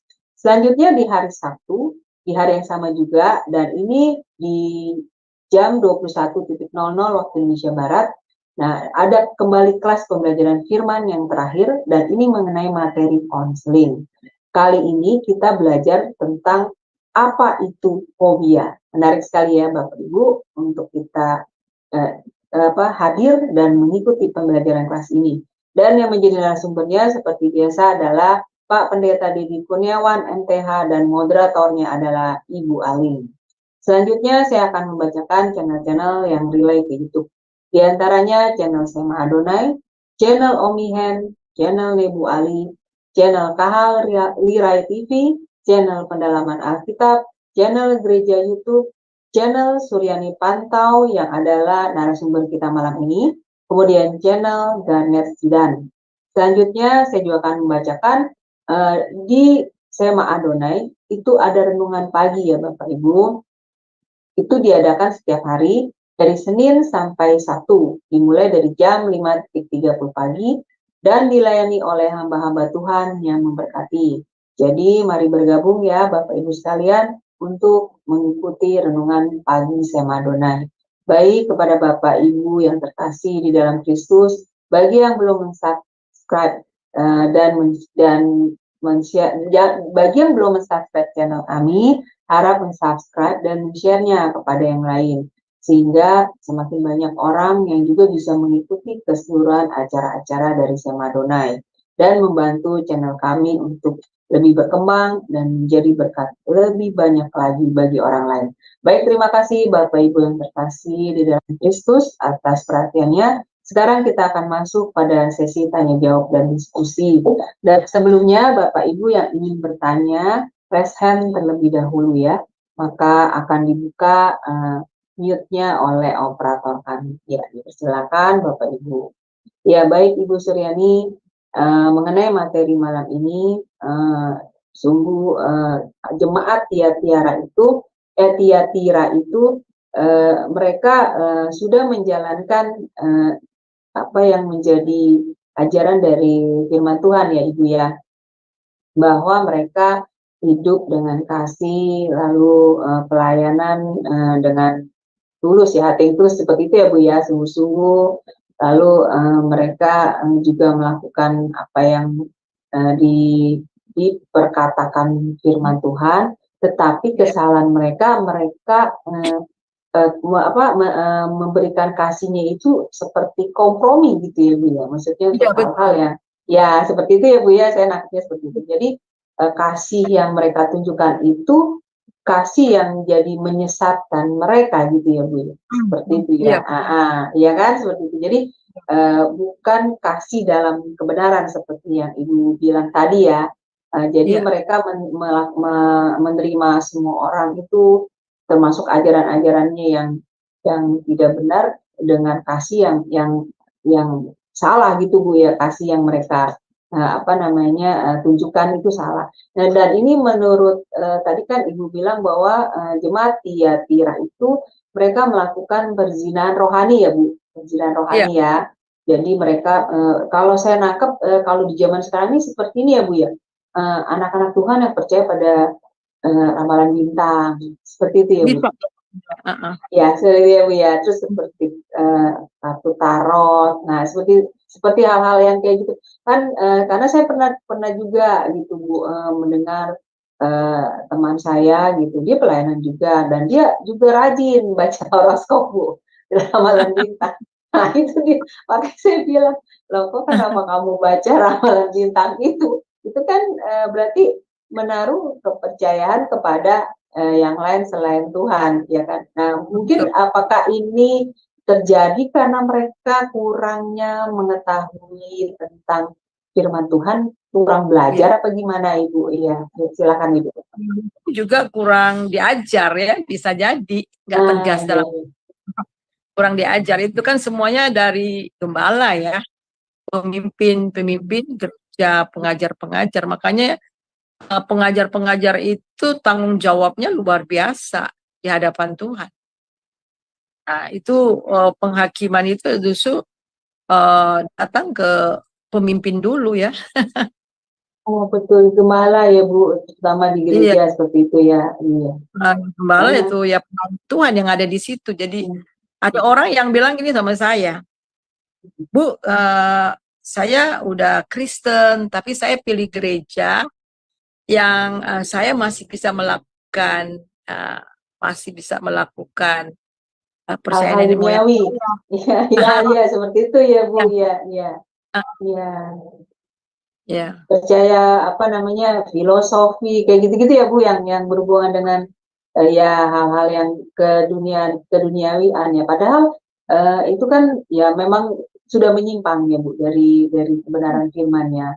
Dan ini yang saya mau tanyakan juga apakah ada juga Bu di dalam sebuah gereja itu apa namanya yang berkhotbah itu juga menyampaikan hal-hal yang tidak sesuai dengan kebenaran firman seperti misalnya eh, mengkhotbahkan sesuatu itu yang membuat nyaman kedagingan dari manusia. Ada ya Bu lebih seperti ini. motivator ya, lebih motivator ya. Jadi apa untuk misalnya kayak kemakmuran gitu, tidak apa berkat. Nah ya seperti itu ya Bu ya. Nah itu sebenarnya kalau kalau apa namanya jemaat kan tidak mengerti ya Ibu bahwa itu tidak sesuai dengan kebenaran firman. Jadi kalau saya menangkapnya segala sesuatu yang membuat ajaran yang membuat nyamanan pada kedagingan kita, ya itu udah pasti bertentangan dengan firman Tuhan seperti itu ya. Iya, betul. Iya, jadi kompromi itu namanya kita sudah berkompromi ya Bu ya dengan hal-hal gitu. Jadi Makanya kompromi. Jadi akhirnya ya Kristen ala kadarnya, nggak tahu. betul.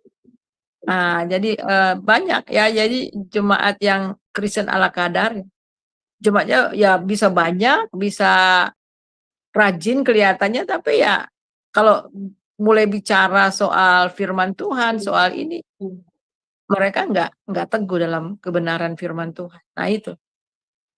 Iya, taunya hanya berkat ya gitu kali ya Bu ya, maksudnya diberkati seperti padahal sebenarnya mengikut Yesus itu kan seperti yang Ya. tertulis dalam firman Tuhan ya Bu Suryani bahwa kita harus memikul salib dan menyangkal diri. Dan Jadi mengenal uh, pengajaran sungguh-sungguh di dalam Tuhan itu. betul, Esensi Yesus. Jadi Yesus itu harus menjadi pusat dari pengajaran kita. Jadi betul. jemaat itu kita mau bawa kemana sih? Dibawa kepada Kristus, berpusat Karakter kepada Kristus. Kristus ya Bu, karakter Kristus ya Bu ya. Hidup dalam Kristus. Makanya tadi kan mereka akan mendapatkan bintang timur. Jadi Kristus, Iya, siapa yang Kristus? iya, Makanya kan iya, Paulus katakan dulu ku anggap semua kebenaranku semuanya ku anggap sampah dibandingkan dengan pengenalanku terhadap Kristus. Itu. betul. Nah, ini Bu, dalam mengupayakan pengenalan ini kepada jemaat, apakah cukup dengan dikhotbahkan, apa harus ada pembelajaran ya Bu, seperti itu ya Bu? Ya, memang ada Harusnya banyak ada pengajaran-pengajaran ya. baiknya Memang ya Bu ya. jadi ada yang pengajaran, jadi mungkin ada kelas-kelas. Ada banyak juga gereja yang memang ada kelas-kelas pelajaran. Jadi jemaat itu ya benar-benar mengerti ya Bu tentang kebenaran firman itu. Kalau yang saya gembalakan ini ada yang itu khusus hanya saya yang ngajar. Tapi kalau kayak komsel, kayak apa, jadi bisa jemaat bisa sharing-sharing ya, sharing. Tapi juga saya ada di sana, gitu. Nanti sharing dan kemudian saya arahkan. Tetapi memang ada ibadah tertentu, emang saya yang harus kasih pengajaran. Jadi pengajaran, jadi Teguh ya Bu ya, teguh ya, imannya jadi ya bertumbuh dengan pengajaran benar. supaya mereka nggak gampang. Kalau ada yang sesat, mereka umpamanya pernah satu kali ada jemaat dia pergi ke tempat yang lain. Masa sih itu diajarin Tuhan Maha Kuasa, Maha Kasih, kita bikin dosa apa aja Tuhan ampuni, Bu. Nah, gitu ya. Kemudian itu waktu Nah ini, waktu nah zaman ini, yang lagi heboh-heboh hyper grace itu loh. hmm. Nah ini Bu, saya juga mungkin ya Bu Syirani, kalau saya nggak ikut kelas-kelas pembelajaran ya di Zoom yang bisa Madonai atau yang dulu saya ikuti ya, mungkin saya juga akan bisa mudah kali Bu untuk Ya. mempercayai apa yang dikatakan bahwa Yesus itu kan penuh kasih dan pengampunan. Jadi kalau kita melakukan hal yang berdosa atau kompromi dengan dunia ini ya pasti diampuni gitu kan. Saya juga pasti Ya, akan menangkapnya. maklum, ya maklum. Nah itu Iya, penyesat. iya. Nah itu. Nah, Tapi karena saya udah kelihatannya baik tapi betul. Maksudnya kelihatannya benar gitu ya Bu perkataannya, karena kan itu menyangkut karena Tuhan itu kan maha kasih, ya kan, dia ya, pasti mengampuni. Nah, tapi setelah saya belajar, saya pikir nggak bisa. Dalam firman Tuhan itu mengatakan tidak boleh berkompromi dengan dosa, apapun iya. alasannya. Nah, saya baru paham. Oh iya, wah, ya, makanya itu ya Bu, itu penting jemaat itu harus dimuridkan ya Bu ya, belajar tentang firman supaya Ya. kalau ada ajaran-ajaran, karena memang Iya. iya, jadi apa ya, memakai firman Tuhan itu, nabi-nabi itu memakai firman Tuhan itu juga untuk memutarbalikkan kebenaran, benar nggak Ibu? Iya. Ya, Share. jadi kalau bagi orang yang nggak paham, ya dipikir, oh iya benar juga ya perkataannya, padahal tidak sesuai firman Tuhan. Tapi ya memang mereka itu mengajarkannya itu kan memang pintar ya Bu ya, memakai firman Tuhan itu sendiri, tapi memutarbalikkan. Saya jadi ingat itu loh Bu, yang kisah iblis memperdaya Hawa di Taman Eden. Iya. Nah, dia kan berkatakan seperti itu ya, Bu Suryani. Iya, betul. Bukankah semua pohon di dalam taman ini tidak boleh kamu makan ya? Apa gimana Bu? Perkataannya kan memutarbalikkan kebenarannya kan. Nah, gitu. Iya, betul. Mungkin nabi-nabi Jadi palsu ada nilai-nilai yang tergeser. iya digeser, tapi tidak berasa gitu ya Bu. Jemaat apalagi yang buta tentang pengetahuan firman-Nya itu mudah sekali ya Bu. Diberi pemahamannya yang salah. Seperti itu ya Bu. Jadi memang saya menangkapnya, emang iblis itu bekerja dengan supaya umat Tuhan itu mempunyai pemahaman yang salah tentang Tuhannya. Betul tidak? Betul. Ya, seperti itu ya Bu Suryani ya. Iya, pandangan. Iya, gitu. Jadi itu kan pikiran kita, informasi yang diubah itu kan dalam pikiran kita. Makanya kan firman Tuhan kita harus mengalami paradigma, memiliki pikiran supaya salah satu perlengkapan senjata Allah kan memakai ketopong. Ketopong itu kan helm, jadi emang itu emang mengerti ya. Jangan sampai tergeser ya, tergeser. Kelihatannya baik tapi sesat. Iya betul Bu, kelihatannya bener gitu ya Bu. Oh iya bener, tapi sebenarnya Iya. Makanya Mungkin firman Tuhan itu, belum tentu benar gitu. iya, makanya itu firman Tuhan itu memang harus umat Tuhan itu menggali dengan rajin sendiri ya Bu, harusnya ada kemauan Iya, untuk mengenal gitu ya Ibu firman Tuhan itu dengan lebih dalam lagi, lebih sungguh lagi gitu. Jadi bukan hanya ya dengar apa ibadah doang setiap minggu, lalu dengar khotbah seminggu sekali. Sebenarnya bukan itu nggak cukup ya Bu Suryani, harus kita gali, kita bangun apa kita cari tahu lagi tentang kebenaran firman itu sendiri. Seperti itu ya Bu. Jadi intinya supaya tidak mudah disesatkan. Iya, iya, luar biasa ya Bu, cara ibu saya juga. Wah, dia memberi pemahaman yang salah tentang Tuhan. Tuhan iya. itu kepada umatnya. Ya Iya. kan kompromi ya. Ya penting nggak apa-apa lah kita bergaul dengan kaisar, kayak deket, kita bisa pendekatan dengan mereka. Kadang-kadang gitu kita buat pendekatan. Akhirnya bukan kita yang pendekatan, mereka yang pendekatan sama kita. Betul sekali Ibu. Materi Terus malam dia ini berubah cara pikirnya. Iya. betul, betul, iya, betul, Iya. betul. Itu kan pelan-pelan digiring kan cara berpikir kita Iya, apa. iya, iya, betul. Nggak apa-apa lah dia nanti juga berubah. Nah ada orang bilang gini, nggak Nah, apa-apa. nah, Contohnya ya, mm, Tuhan itu tegas. Allah yang kita sembah itu orang yang benar-benar Allah yang tegas ya. Jadi itu dia nggak main-main. Contohnya misalnya hal pemberontakan aja ya. Pemberontakan kalau kita lihat di dalam perjanjian lama itu kalau ada yang memberontak itu hukumannya luar biasa. iya, betul, Bagaimana betul. pemberontakan itu sampai tanah terbelah, kemudian nah ada kita nggak apa-apa lah dia cuma lakukan sedikit aja kesalahan, nanti juga dia Iya, ini. iya, betul, Lama-lama akhirnya kita kompromi dan betul. akhirnya kita nggak sadar bahwa sudah menghancurkan semua. Ya, Nah, semakin dalam ya Bu ya, ya betul. Padahal saya belajar juga saya tahu bahwa sedikit pun dosa itu jangan dikompromi. Itu iya karena betul. Allah itu kudus kan, jadi dia tidak mau kita ini apa beranggapan nggak apa-apa cuma sedikit gitu.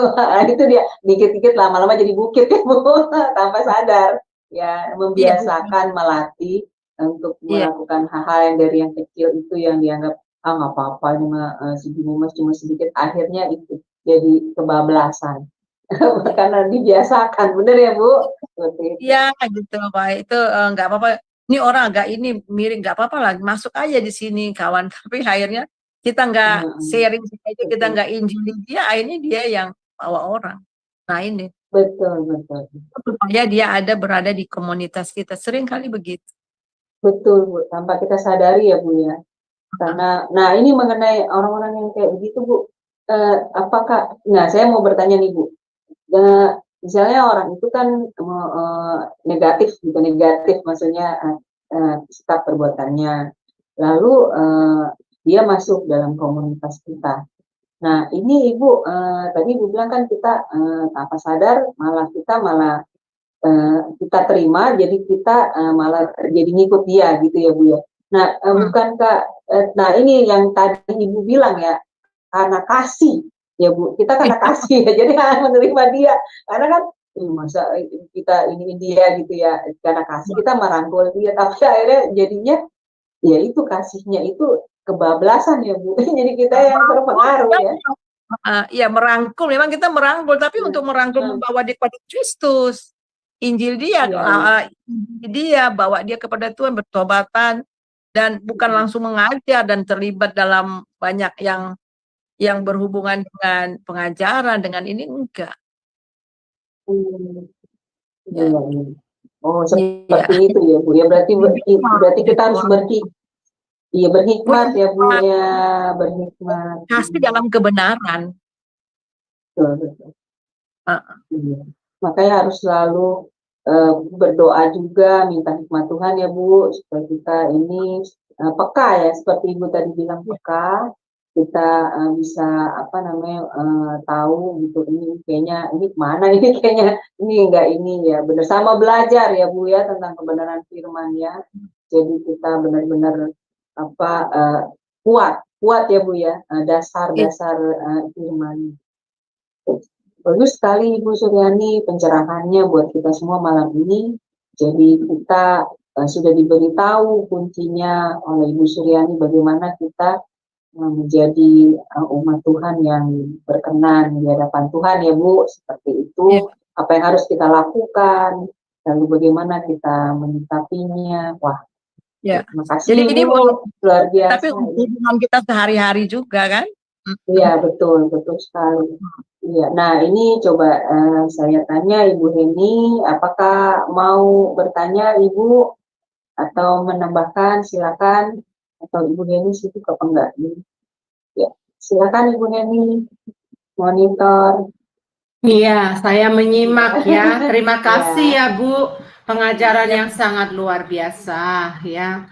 Jadi ternyata bukan hanya di zaman dahulu ya, ternyata sampai sekarang masih ada itu orang umat yang tercemar ya Bu ya. Jadi banyak yang kompromi. Tadi seperti Sis Aling bilang, ada temannya percaya Tuhan ya percaya Tuhan, tapi baca horoskop ya baca horoskop. Jadi ya, terus ada lagi juga Bu yang jadi concern saya ya. Ibu, saya berangkat dari ada Tuhan kasih a doubt in my mind ya. Apa ya a doubt in my mind Bu? Ada satu pikiran ya di dalam. Iya, Ibu ke mute tuh Bu. Ibu Suryani ke mute. Iya. Iya. Jadi aku mengertinya di bahasa Inggris tapi di bahasa Indonesia jadi di itunya jadi ini. Ada satu pikiran ya Bu ya ditaruh di kepala saya. Jadi waktu itu ibu saya meninggal Bu. Jadi dengan tradisi ditaruh makanan di depan jenazahnya, terus saya disuruh panggil mama kamu untuk makan. Saya pikir ya ampun makanan segini banyak, terus saya tanya apakah ya benar mak saya masih makan ini makanan, katanya. Iya, katanya masih bisa makan. Loh, mak saya kalau makan cuma satu piring. Ini kok pesta besar dari meja itu sampai dipanjang-panjangin mejanya. Penuh semua di situ. Ayam, buah, makanan-makanan, pokoknya semua penuh. Kata ketua dari mereka kayak pendetanya gitu ya. Masih makan karena ibu kamu itu kan orangnya sosial, suka membagi-bagi makanan ke orang. Jadi banyak orang mati yang sudah mati nggak punya makanan, jadi dipanggil jadi pesta mereka pada saat itu. Jadi pada saat itu entah kenapa ya Bu ya, saya kok ingat pelajaran sekolah. Guru kan bilang kalau orang yang sudah mati, udah nggak perlu makanan, hanya orang hidup, nutrisi itu. Jadi pelajaran 4 sehat 5 sempurna lah Bu ya, bagaimana kita supaya sehat gitu, murid-murid harus pinter gitu. Terus setelah penguburan itu Bu selesai, disitulah saya waktu pulang ke rumah saya sendiri, setelah meninggalkan kampung halaman saya bertanya Bu, dalam hati, gimana ya ini cara menjawabnya, cara mendapatkan jawabannya. Karena pada saat itu di Indonesia, agama tuh 5 Bu, belum ada Konghucu. Nah, terus saya bilang, Tuhan mana yang benar ini? Ada 5 agama. Bilang semua dia paling benar, ya kan? Pasti di antara 5 itu ada dong agama yang paling benar di antara 5 ini gitu loh. Yang Allah mana gitu. Terus tiba-tiba saya dikasih ilham kayaknya itu Bu ya. Jadi waktu sembahyang di depan pintu, biasanya saya sembahyang pagi sore, membakar dupa. Jadi saya waktu sembahyang itu, saya biasanya hanya saya bilang, Tuhan terima kasih atas berkat-berkat-Mu. Inilah saya minta berkat-Mu, Ping An, saya bilang begitu ya. Nah kemudian setelah itu ya Bu ya, saya matiin dulu telepon saya ya, mengganggu ya.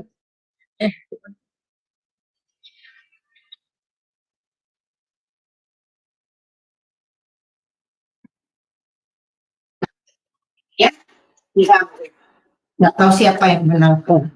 Nah, kemudian itu Bu, saya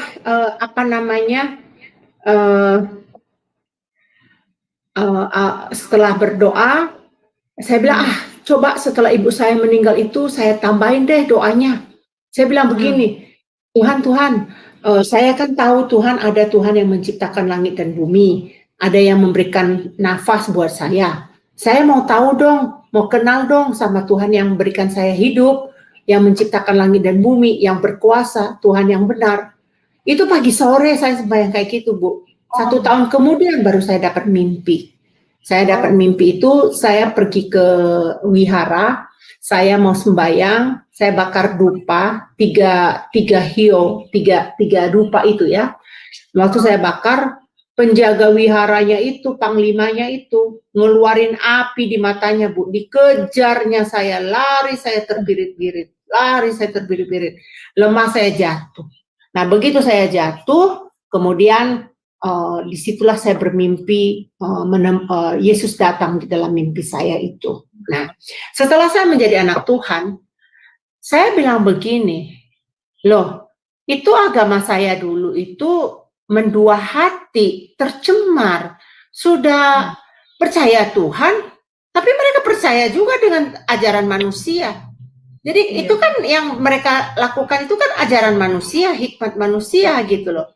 Jadi itulah yang saya bilang, Bu, saya sangat bersyukur ya, saya nggak berhenti-hentinya. Kenapa saya mau melayani di Jumsema Adonai ini dengan serius gitu ya. Karena saya merasa bahwa saya sudah ditebus sama Tuhan. Nggak semua orang loh, Bu ya, saya lihat ya, nggak semua orang Tuhan bukakan pikiran itu kepada mereka. Bahkan Bu, ada teman saya udah nginjilin teman saya itu, ditolak mati-matian. Bilang, emang agama lu yang paling benar? Lu gimana gitu. Jadi ada arguing kayak gitu ya Bu ya. Jadi kalau sempat saya waktu itu bisa ada a doubt in my mind, so I can think about who is the real God gitu ya, siapa Tuhan yang benar. Jadi itu saya pikir itu bukan kepintaran saya loh, Pak, nggak mungkin. Itu pasti Tuhan yang bekerja. Nah, itu jadi di dalam hati saya yang tadi Ibu ajarkan itu juga bagaimana ya jemaat ini ya, udah diajarin, tapi kok masih tercemar gitu loh, Bu. Nah, Ibu kan tolak Bu ukurnya kan, Ibu bilang firman. Nah, kita bicarakan firman nih, Bu. Nah, kesulitan sekarang ini gimana ya Bu ya, ini pertanyaan saya. Orang itu cuek Bu. Kenapa saya bilang cuek? Ini kan masalah mati hidup kamu di akhirat loh. Kamu nggak mau serius-serius mau nyari tentang kebenaran firman. Kamu kan mati nanti. Sampai umur berapa sih kita bisa hidup? Nggak ada yang bisa menjamin kita hidup selama-lamanya. Nggak ada.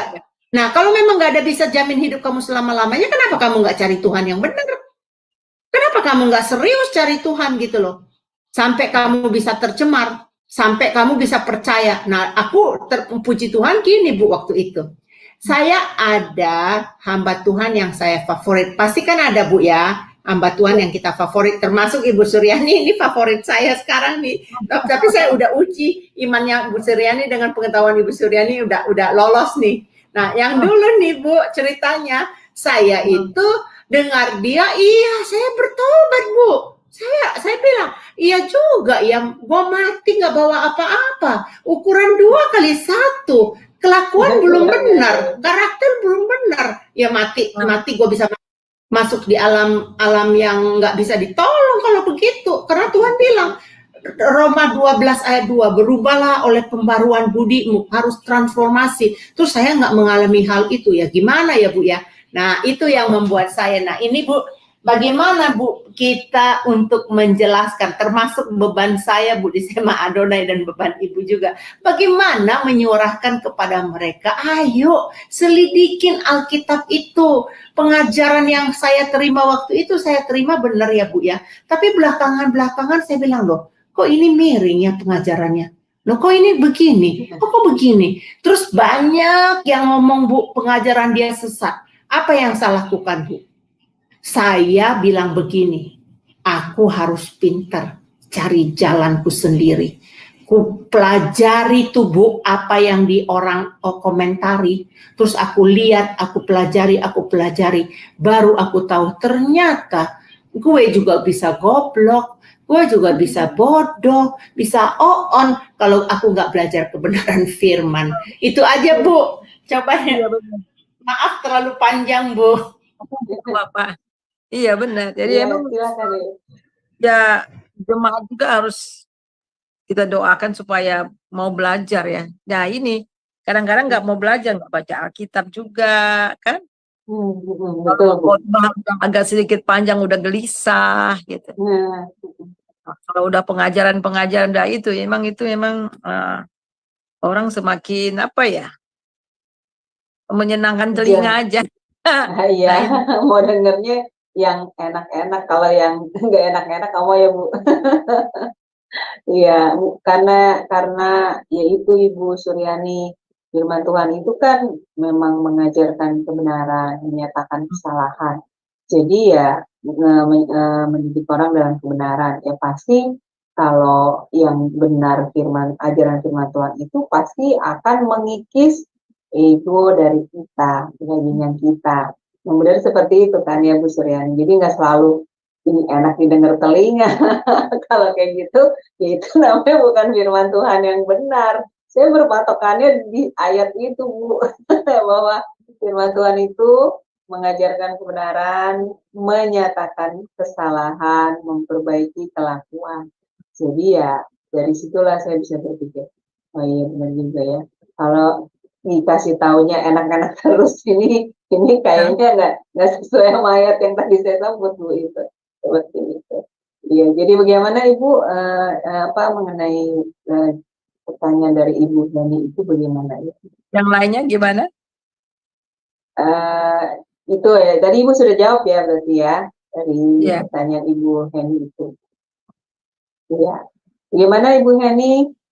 Cukupkah? Iya, cukup. Makanya kita rajin-rajin belajar ya, Sister Alia. Iya, betul. Supaya kita tahu, jangan kita tercemar. Betul. Iya, betul. Betul sekali. Benar. Ya. Istilahnya terkontaminasi. Betul. Tadi saya ketawa Bu, waktu Ibu ngomong gini, itu kurang ajar, kurang diajar. Saya ketawa. Tadi dosen kami juga di kelas ngomong. Oh gitu. Iya, kalau ada orang itu pendeta itu nggak mau belajar, itu kurang ajar, kurang diajar. Guru-guru juga apa kalau mereka jadi pengajar, mereka nggak mau belajar, itu double itu kurang ajarnya. Jadi pengajarannya salah ya Bu Eni. Jadi nggak mau belajar. Iya. Baik, luar biasa Ibu Suryani, terima kasih banyak ya Bu untuk pelayanannya, sudah memberikan kami pencerahan tentang kebenaran firman. Baik, kita akan sudahi saja kelas kita karena juga sudah semakin larut. Ibu Suryani mau istirahat ya Bu. Baik, kita tutup kelas kita. Silakan Ibu closing statement-nya, lalu pimpin doa bagi kita semua. Terima kasih Ibu Suryani. Jadi pengajaran firman Tuhan, walaupun itu jemaat Tiatira itu 2000 tahun yang lalu, tetapi masalah itu selalu ada dari zaman ke zaman. Dan ini adalah salah satu contoh masalah yang terjadi di gereja Tuhan, di jemaat Tuhan ya. Jadi biarlah khususnya bagi gembala-gembala, bagi pemimpin-pemimpin, kita memang mengasihi, tetapi hati-hati, jangan semua orang diterima, Ya kita terima orang berdosa udah jelas. Kita terima tetapi untuk dibina, untuk dimuridkan. Tetapi jangan sampai karena dia orangnya berpengaruh, karena orangnya berpotensi, pengaruh masyarakat, kemudian langsung diangkat. Nah itu dia. tanpa mengetahui orang itu sudah lahir baru atau belum. Tapi baru kelihatan di luar. Jadi ketika terlibat dan akhirnya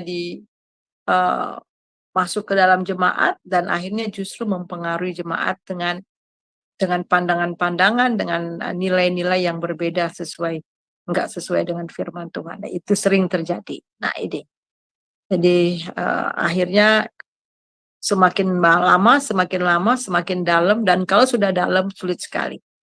Tadi saya lupa mengatakan akhirnya jemaat ini sombong bahkan menolak untuk bertobat. Itu hukuman Tuhan datang atas mereka. Karena begitu dalam akhirnya mereka sudah tersesat. Itu saja kita harus betul-betul, dan sebagai jemaat, tadi sebagai gembala, sebagai jemaat kita juga harus belajar. Ya, belajar, jangan malas belajar, belajar firman, ya, dan kemudian ketika kita belajar, kita menerima firman, kita bertumbuh, kita alami, dan akhirnya terus kita berbuah bagi kerajaan. Itu saja dari saya. Tuhan Yesus memberkati. Mari kita berdoa. Terima kasih Tuhan untuk kebenaran firman Tuhan yang kami pelajari pada malam ini. Biarlah apa yang kami pelajari kami boleh bertumbuh. Kami belajar jemaat yang ada di Tiatira. Mereka luar biasa dalam pelayanan, bahkan kasih mereka juga mau berkorban untuk orang lain, tetapi mereka kompromi terhadap ajaran-ajaran sesat sehingga jemaat tercemar. Dan kami mau berdoa supaya baik secara gereja maupun secara pribadi kami harus hati-hati akan hal ini. Biarlah kami tetap berpegang teguh pada kebenaran firman Tuhan dan tidak kompromi tentang apapun juga yang bertentangan dengan firman Tuhan. Dan biarlah iman kami terus berakar, bertumbuh di dalam Engkau Tuhan. Terima kasih. Saudara yang kekasih, mari kita angkat hati kita, terima berkat daripada Tuhan.